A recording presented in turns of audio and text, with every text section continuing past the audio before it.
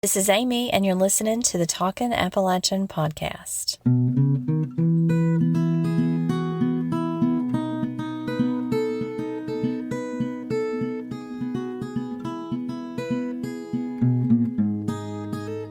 Welcome to the podcast. I'm back with another episode of the best of 2024. Couldn't get it into one episode, so I thought I would do a two-parter on this one, just giving you an overview of some of my favorite episodes from last year. So I'm going to start with Jack Beck and Appalachia's Scottish roots and the dialect influences of Scots Gaelic. Jack is a native of Scotland.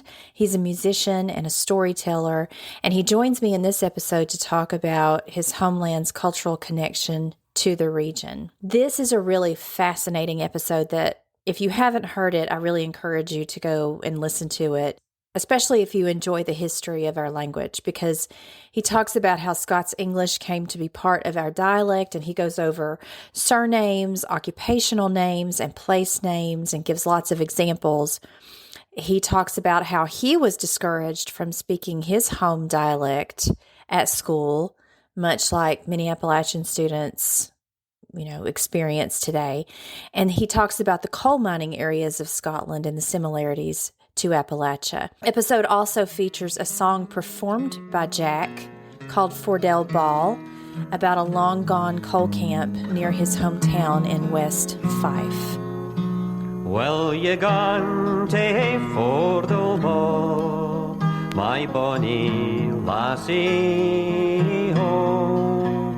Well, you gone to Fordell Ball, my bonny lassie. I'm from Scotland originally. I was born and lived most of my life in the town of Dunfermline, which is on the east coast of Scotland and just north of Edinburgh, the capital city. Well, I noticed that particularly older people around here, a lot of the language that they used had connections back to Scotland. For instance, any word that ends in a G, like bringing or fetching or,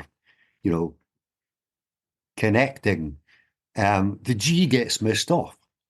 So it becomes, bringing, fetching, connecting. There's no G on the end. And that's pure Scots. It's just so pronunciation is part of it. But then so is vocabulary is another part of it.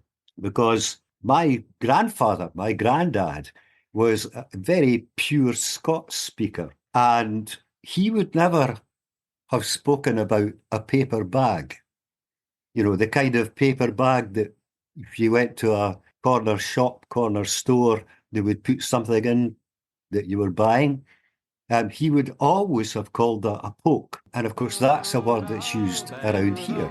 Some of you will have heard the expression, don't buy a pig in a poke. Don't buy something unseen.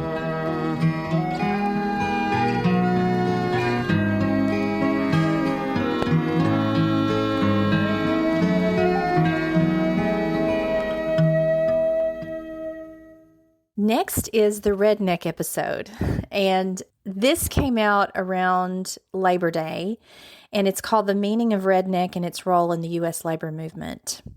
So a lot of people hear the word redneck, and they automatically think that it's just a disparaging term for some Appalachian people, and that some Appalachian people use it proudly, and that's true, but redneck has a more historic meaning that I go over in this episode. And it has a very special association with a red bandana, which was worn as a symbol of solidarity by striking coal miners. I partnered with Appalshop in this episode to bring you an excerpted interview from 1974 with two coal miners, Herbert Grills and John Tiller, who talk about the gun thugs, that's what they called them, that terrorized miners, and the battle for unionizing.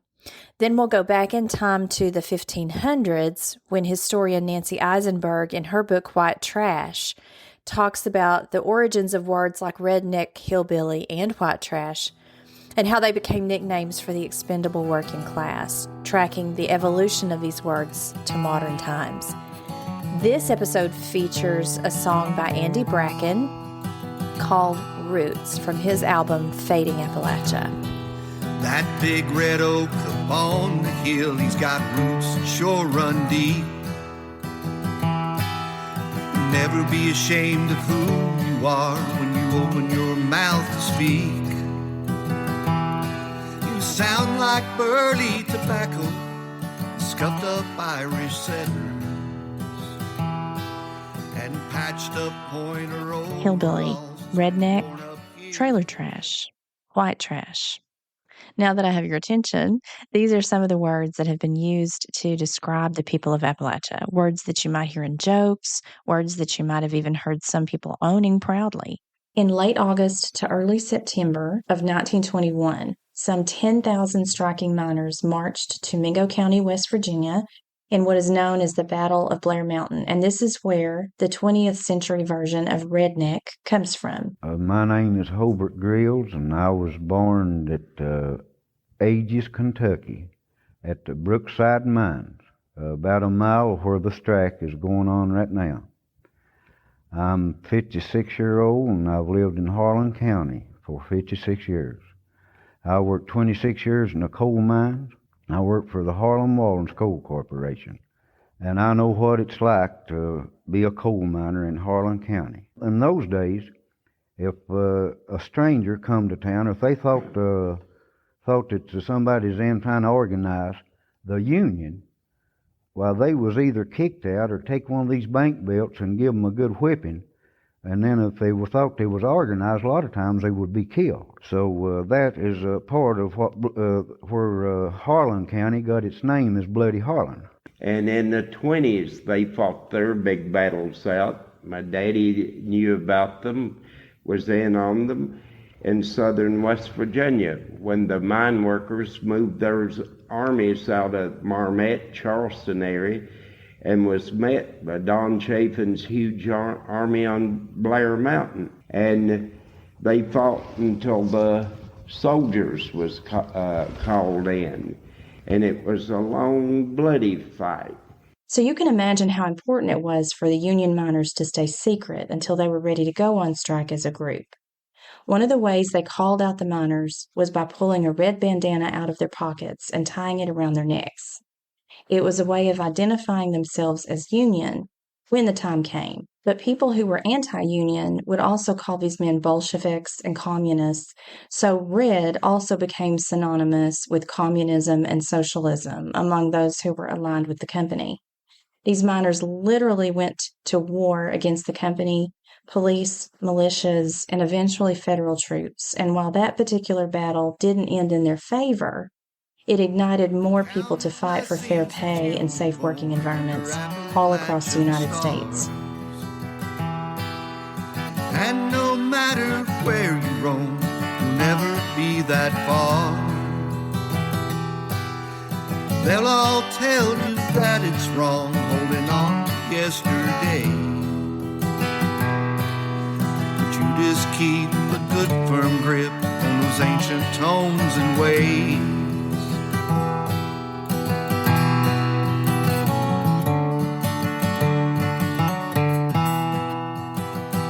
The Hillbilly episode features an interview with journalist and documentary filmmaker Ashley York, who is a native Kentuckian, and she co-directed this award-winning film in 2018.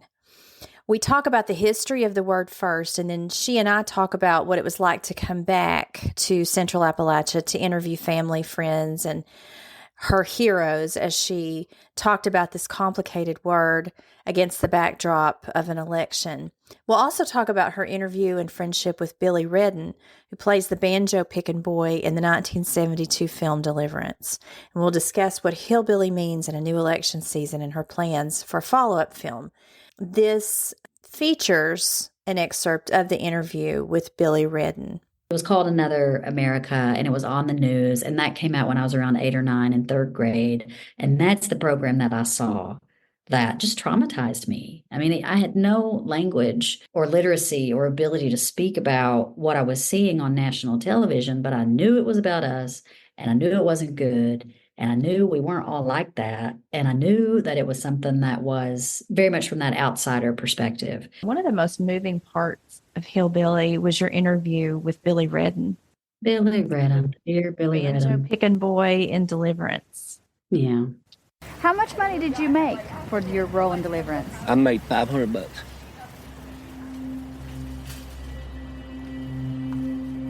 I wished I could be an actor. I just like to go to Los Angeles. That's my dream.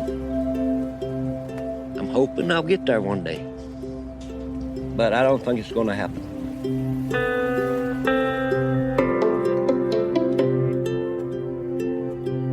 I am not surprised to know, and it's certainly within the realm of understanding, that that's what he would have been paid. As a local kid who was picked out of a classroom, they had him do a deal. It wasn't like a SAG deal, which is the Screen Actors Guild, which would have entitled him to royalties.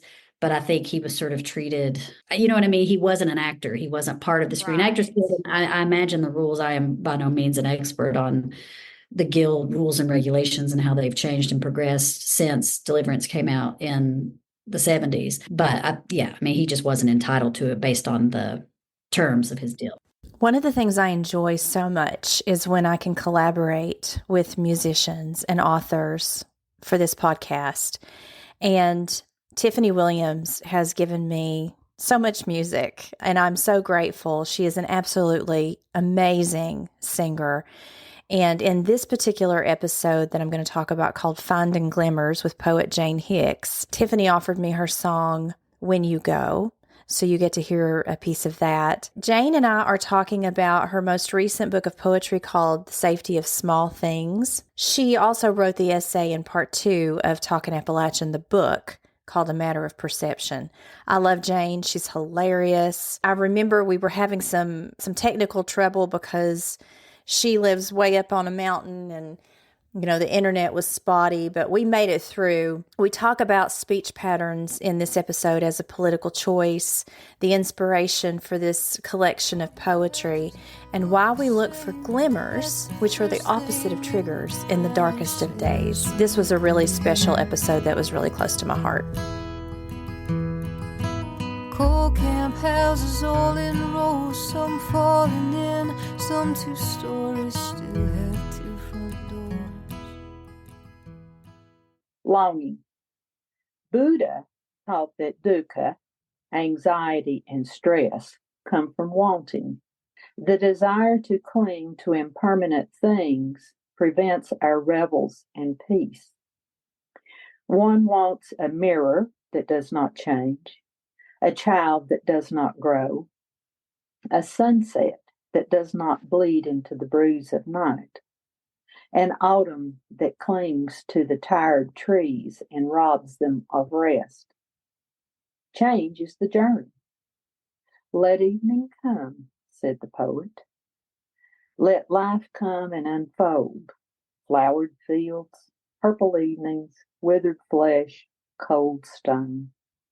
Consider the lilies of the Apostle Luke. Let go the hornets of worry. Bathe in the stream of life.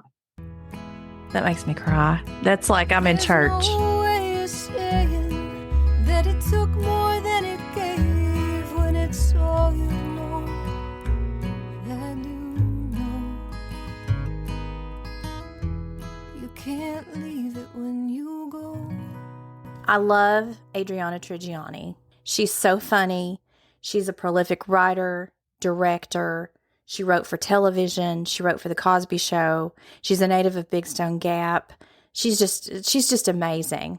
She's also host of the hit podcast, You Are What You Read, and she interviews some of the luminaries of our time. We talk about a lot of things here because we were together at the Library of Virginia last year for the Origin Project, which is an in-school writing program that brings professional authors into the classroom to work with students on their creative writing skills. And the students publish anthologies of their work every year, which is about their families and their communities. It serves over 1,700 students now in grades 2 through 12. It began in the Appalachian Mountains, and then it spread, in popularity across the state. So we talk about everything from books to what it means to be Appalachian to the Origin Project.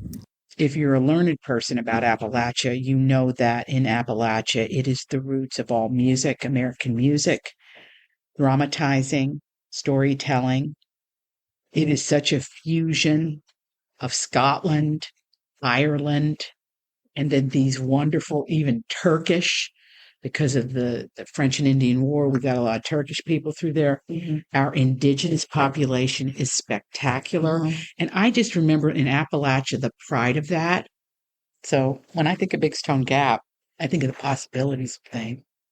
And of course, when that bookmobile came down the mountain, well, I thought it was a magic coach. And I think I put that Big Stone Gap. Mm-hmm. I have a very romantic view of it because it was romantic to me. So when people like to give me a little jab and say she has a romanticized view of it, yeah, I do. In Appalshop 55 Years of Telling Appalachia's Stories, I talk with Communications Director Rachel Rosalina and Visual Communications Manager Aaron Asbury about Appalshop, which is such an important part of Appalachia and its history and its creative work, because it's a space, in their words, for Appalachians to tell their own stories. And it's been in place since it was founded in 1969, following the War on Poverty. And Appalshop is instrumental in filmmaking, oral history projects. They have a radio station, a record label, theater programs, and they have an incredible archive of film, photography, and artifacts that you will hear from time to time on this podcast.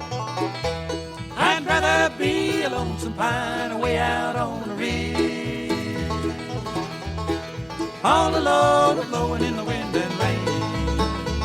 I'd rather be a homeless man sleeping underneath the railroad bridge than love a woman.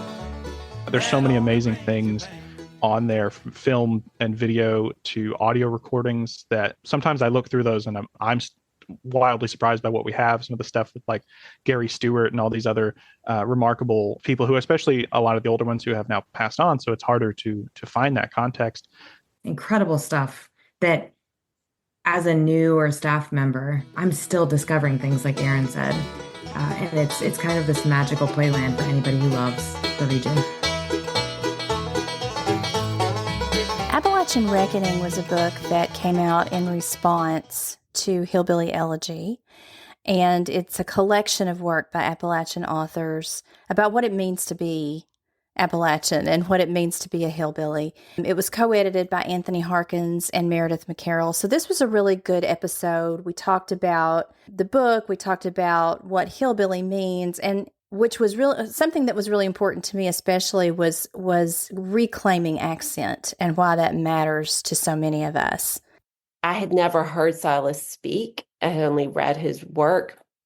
And so hearing him in this very academic space say own and own and own, and in addition to all the other ways that he speaks with accented English, it just was like, I didn't realize that could happen, that you could be progressive in an intellectual space and use the one that was, like, for me, the one word that I had worked so hard to get rid of, and that I would slip up and say, like, it's still hard for me because I'll say, when I mean to say a room of one's own, I would say a room of one's on, because I had like so erased own from my vocabulary. Mm-hmm. So I had really repressed that so much. And just to hear him claim that and speak in that way really was a big shift for me. And then I think it is continuing work to reclaim the accent that I repressed. I love spooky season, so the Grave Matters episode was a lot of fun to do. I say fun.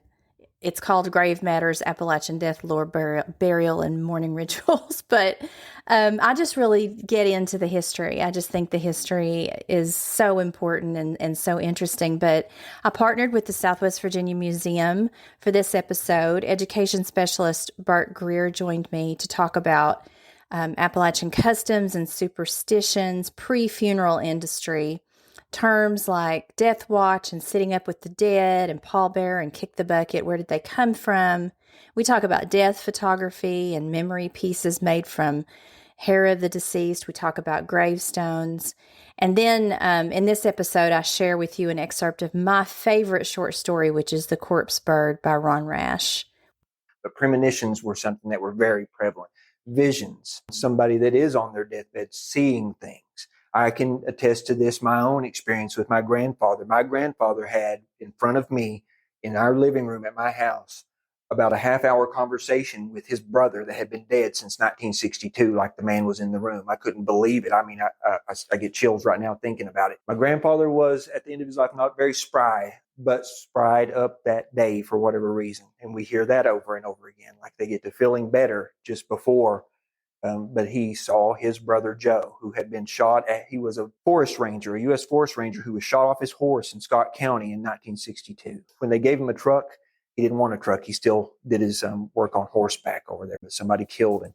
And my grandfather talked to his brother like he was in the room, and I was there to witness that.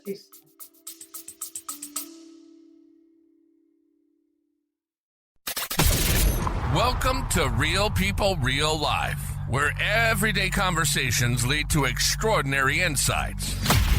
We're all about digging into the lives of regular people who've achieved success on their own terms. This is Real People, Real Life. And now your host, Ryan Chereau.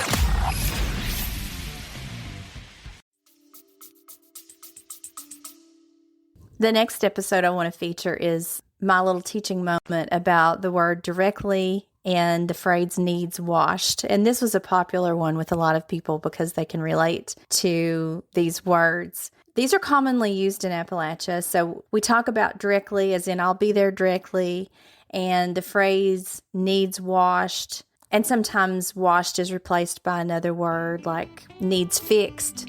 So I'll talk about who uses them and where, and what the history is behind them, and how teachers can treat words and phrases like this when they appear in student writing.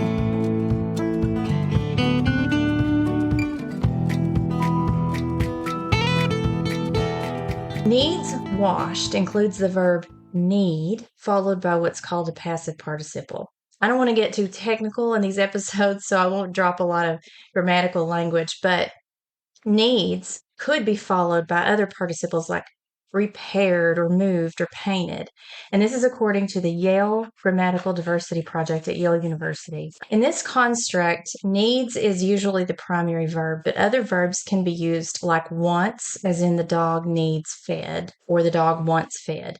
The way this works, the speaker is leaving out the to be construct that you would hear in standard English, as in the dog needs to be fed. Now, I'm quoting here from the Yale Grammatical Diversity Project. This phrase is heard all the way up the Appalachian chain. The homes of needs-washed construction is in the Midlands, Missouri, Illinois, Lower Michigan, Indiana, and throughout the Appalachian region of Ohio, Western Pennsylvania, West Virginia, Southwest Virginia, Kentucky, and Tennessee. The core region, where it's accepted at the highest rates and the widest variety of sentences, is in Indiana, Ohio, and Western Pennsylvania.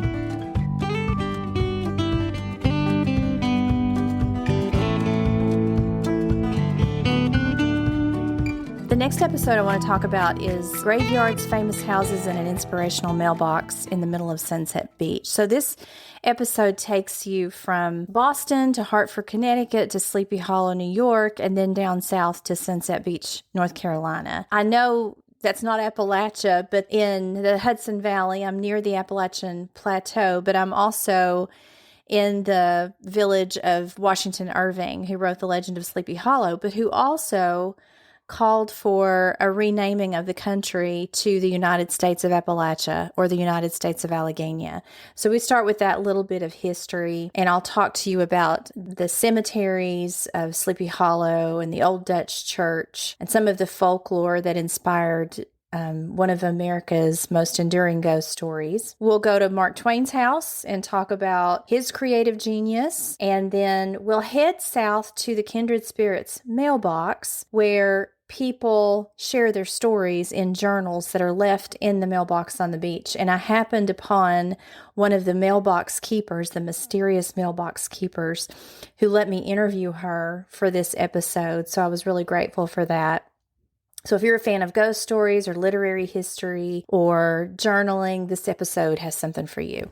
In 1839, according to author Jeff Biggers, Irving weighed in on the debate about the uninspired name of our country. The United States of America was not a name that everybody was happy with at that time. And he proposed changing the name of the United States to what he felt was the great American landmark, the United States of Alleghania or Appalachia. Now, a 3-person committee appointed by the New York Historical Society in 1845 considered his proposal as they debated the country's name. And according to their website, this is what they wrote. The committee members urged adoption of a name taken from our mountains, quote, our mountains, or our lakes, or our rivers, specifically, as Irving had urged, the Alleghanian or Appalachian chain of mountains. What we want, they said, is a sign of our identity. And they found the mountain range, which binds the country together as with a band of iron, as they wrote. It was also associated with, quote, the best parts of our own history, with colonial adventure and revolutionary heroism exactly suited to the purpose. And Washington Irving also pointed out if the country adopted the United States of Alleghania as its new name, its initials would still be USA. Appalachia, the initials would still be USA. And so that would make it easy to change. The acronym wouldn't change. But, of course, enthusiasm for the name change did not catch on. As the Kindred Spirit mailbox that was put there in the 1970s, nestled in the dunes of Bird Island, which is about 1.5 miles from the Sunset Beach Pier, this unassuming black mailbox has been a sanctuary for visitors to share their thoughts and dreams and sorrows for more than 45 years. I first visited Kindred Spirits over 20 years ago, and I went back on Thanksgiving Day. To reach the mailbox, you start with a walk, and it's a journey. It's a 2-mile trek along the beach. Eventually, there are no more homes to look at because Bird Island is protected. So all you hear is the ocean, and you feel the warmth of the sun and the breeze, and it just sets the perfect tone. When you finally find it, it's a simple black mailbox perched on a wooden post. There's a bench nearby, and it really feels like you've discovered something that nobody else has discovered, unless there are people there. The first time I went there was nobody around, and I had the place to myself for hours. This time, though, more people have discovered it. So there was actually a line of people, and you kind of wait your turn to go to the mailbox and get out the notebooks. Inside the mailbox, there are journals and pens ready for anybody who wants to leave a message. My final episode of 2024 was called The Christmas Poke, A Hard Candy Christmas, Old Christmas, and Animals Praying at Midnight in Appalachia.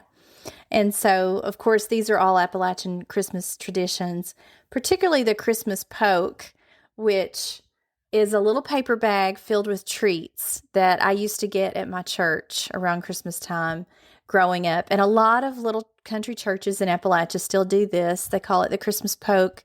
And it's very simple, and it's wonderful that nowadays when we can buy something at the click of a button, or we can go to Walmart or food or the grocery store and everything's just right there for us, that treats put together in a little simple brown paper bag can give you so much joy. But I looked forward to it so much. And I mean, literally what it had in it would be a box of Cracker Jacks, candy, an orange, some walnuts, an apple, some Wrigley's chewing gum. That was my Christmas Poke.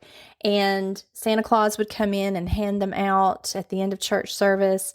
And it was just a thrill, and it's still a thrill. And so we talk about that. We talk about Hard Candy Christmas and what that means. That was made popular in a Dolly Parton song. And Old Christmas, and I'll explain why some people still celebrate Old Christmas on January 6th. Let's talk about the Christmas poke or Christmas treat bags that some rural churches in Appalachia still give out. In this case, the word poke doesn't refer to nudging someone. It's a Scottish term for a bag, usually made from cloth or paper. In Appalachia, a poke was something you might carry your groceries in, tote your seeds in for planting, or if you were picking apples, you would get a poke, or in this case, fill it with small treats for Christmas. So a Christmas poke was like a stocking substitute. It was given to children, neighbors, or community members. What would you find? Well, that depended on what the giver had on hand, but a typical poke might include an orange or apple, because back in the day, fresh fruit was rare and citrus fruits were really prized because they were expensive and brought in from faraway places. A handful of nuts, pecans, walnuts, or hickory nuts were common. Hard candy, which we've talked about, and we know why that added a little sweetness to the season. Homemade treats like biscuits and gingerbread cookies, molasses taffy, and small practical gifts like a knitted scarf or a pair of mittens or maybe a wooden toy carved by hand. Now, my memories of the Christmas treat bag are from the small country church that I grew up in. Every Christmas, Santa would arrive at the end of service carrying a box of brown paper bags, like the kind people used to carry their lunch in. Now, I was a kid from a middle-class home and I was able to make a toy list every Christmas, so it's not that I wasn't like Dolly Parton. You know, my childhood wasn't like that, but I can tell you that treat bag or Christmas poke was so thrilling.